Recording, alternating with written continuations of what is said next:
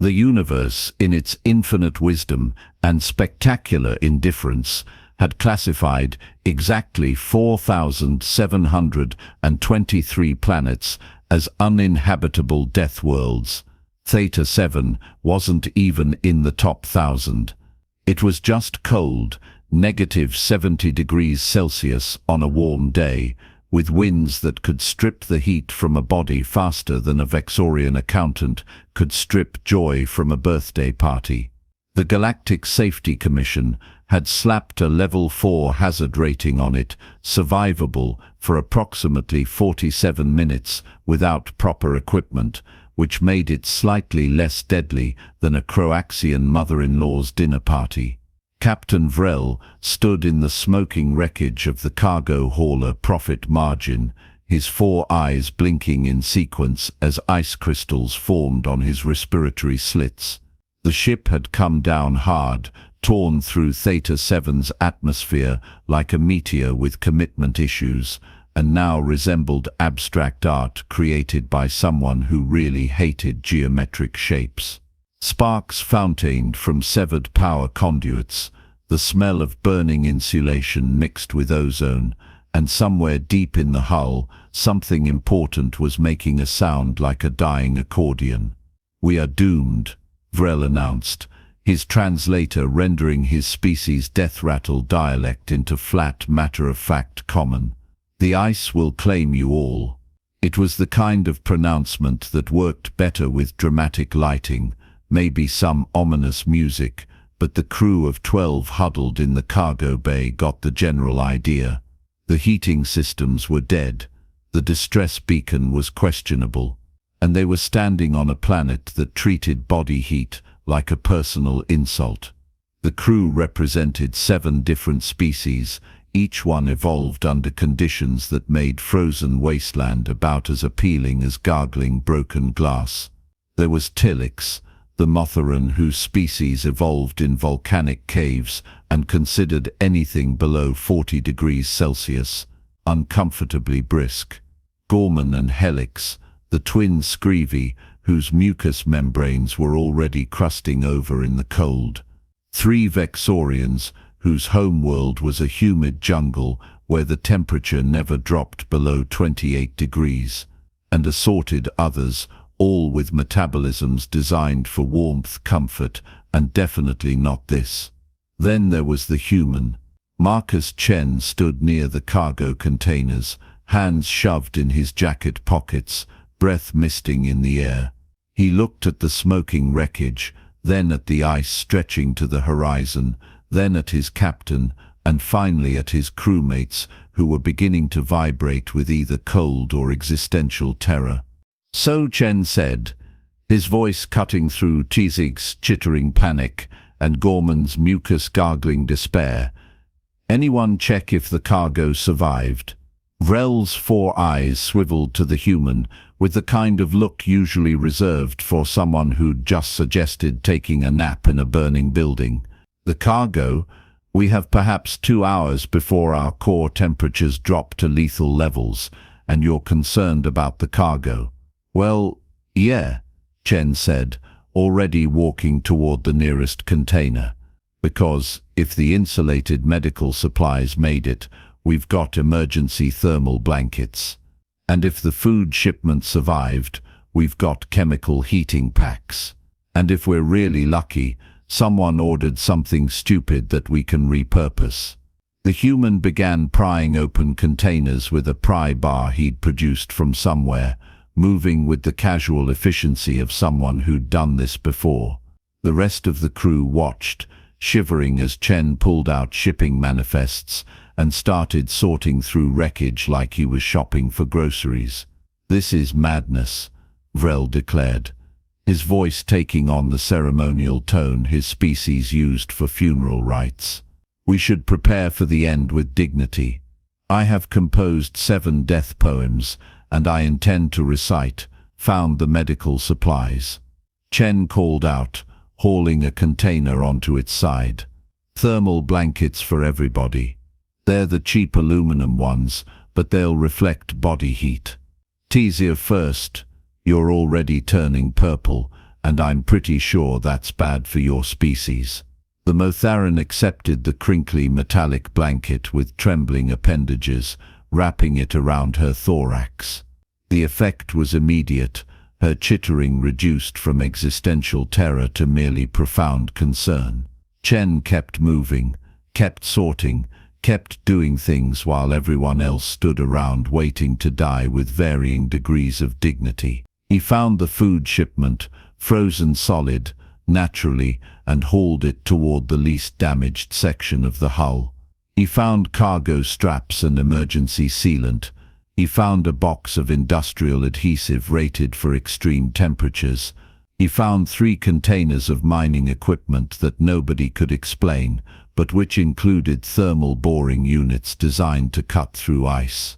"The cold will seep into our bones," Vrel intoned, still committed to his role as prophet of doom, even as Chen wrapped him in 2 thermal blankets. "Our biological functions will cease.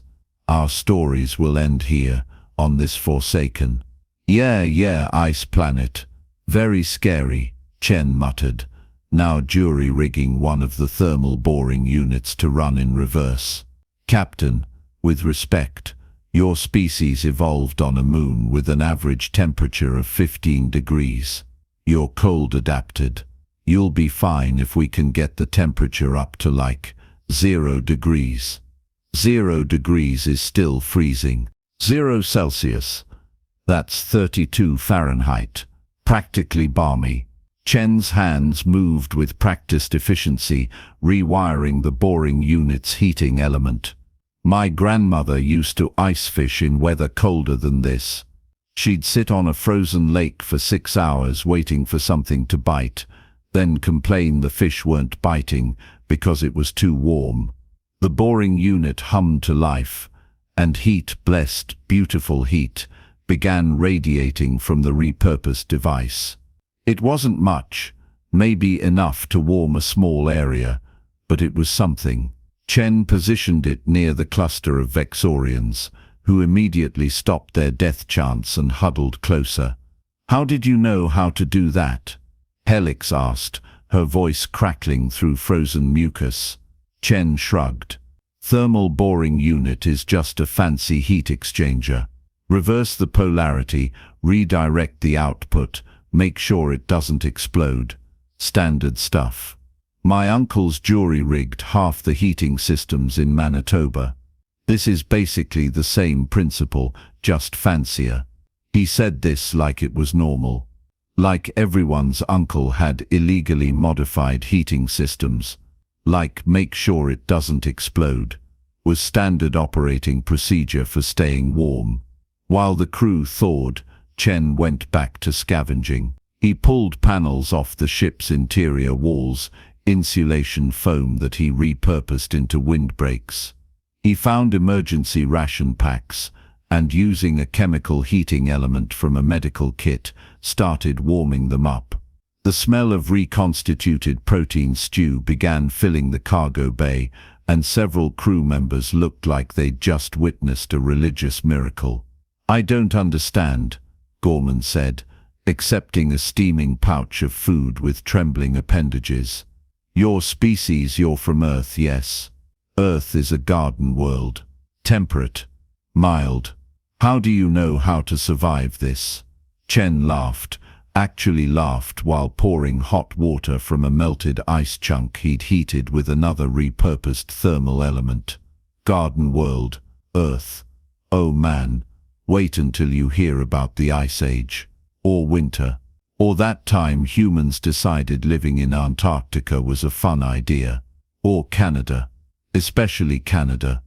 He settled down on a cargo container, his own pouch of stew steaming in his hands, and continued, "See, Earth's had 5 major ice ages.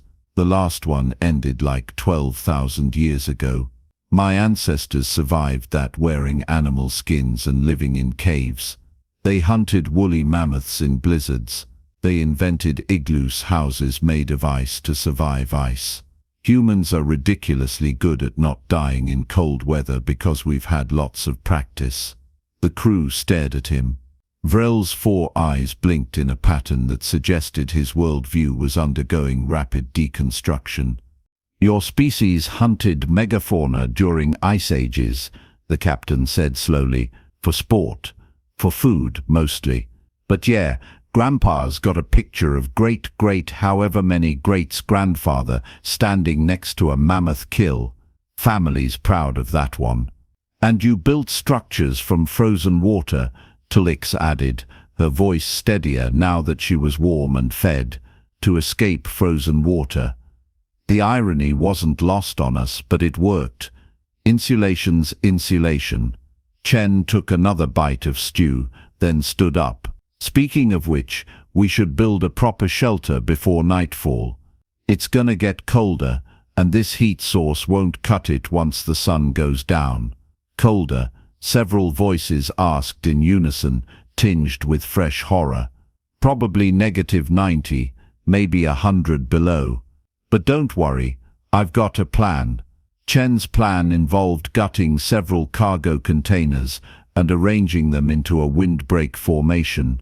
He used the emergency sealant to bond them together, creating an enclosed space. More insulation foam went on the inside walls. He rigged 2 more heating elements, positioning them for optimal heat distribution. He even created a ventilation system using spare ducting because, apparently, humans worried about carbon monoxide poisoning even when freezing to death. By the time Theta 7's sun began its descent, a weak, pale thing that provided light but precious little warmth, Chen had constructed what could generously be called a shelter, and what he called basically a very ugly cabin. The crew huddled inside, wrapped in thermal blankets, sitting on improvised benches made from shipping containers, eating warm food, and trying to reconcile their imminent doom with their current not-dying status.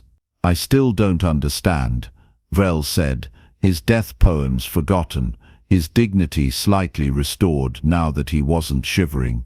Your species, you're adaptable, yes, every report says this. But this level of survival knowledge, it seems excessive.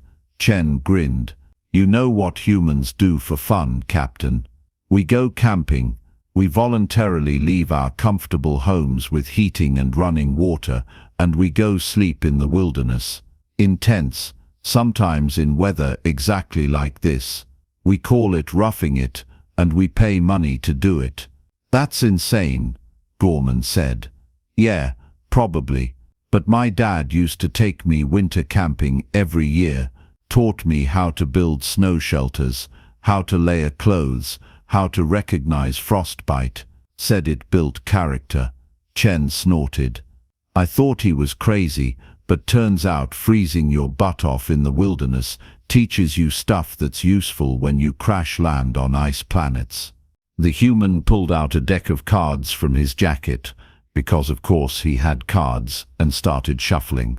We've got maybe 3 days before rescue arrives, assuming the beacon's working and someone picks up our signal. Who wants to learn poker? 3 days turned out to be accurate. The rescue ship arrived 74 hours after the crash, expecting to find bodies, maybe some salvageable cargo, and definitely not what they actually found. The crew of the Profit Margin were alive, relatively healthy, and sitting around a makeshift table playing cards, while something that smelled like coffee brewed on a repurposed heating element. Chen had somehow fashioned a coffee maker from spare parts, mining equipment, and what the rescue captain suspected might be criminal ingenuity. They'd also expanded the shelter, added 2 more heating units, and created a latrine system that demonstrated more engineering knowledge than anyone had a right to possess without formal training. There were ration schedules posted on the wall, work rotation charts, and someone had even organized the surviving cargo by priority for loading. Vrel stood outside the shelter to meet the rescue team, his 4 eyes reflecting the lights of the rescue ship. Behind him, through the transparent section of the shelter Chen had created using salvaged viewport material, The rescue captain could see the human teaching Tillich some card game, while Gorman protested loudly about cheating. "The ice," Vrel said quietly, his translator adding a note of wonder to his species' usual death-rattle dialect, "did not claim us."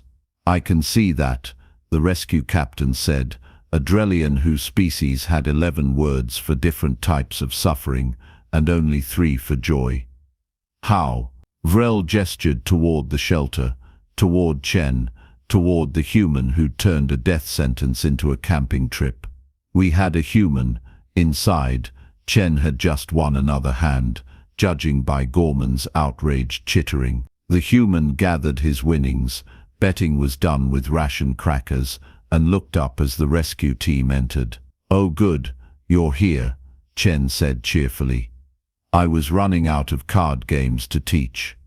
Do you folks know Uka?" The rescue captain looked at the shelter, the heating systems, the organized cargo, the living crew, and the human who was treating a level 4 hazard planet like a minor inconvenience. His species' literature contained epic poems about survival against impossible odds, philosophical treatises on adaptation, and historical accounts of their ancestors' struggles against their homeworld's harsh conditions. None of it had prepared him for humans.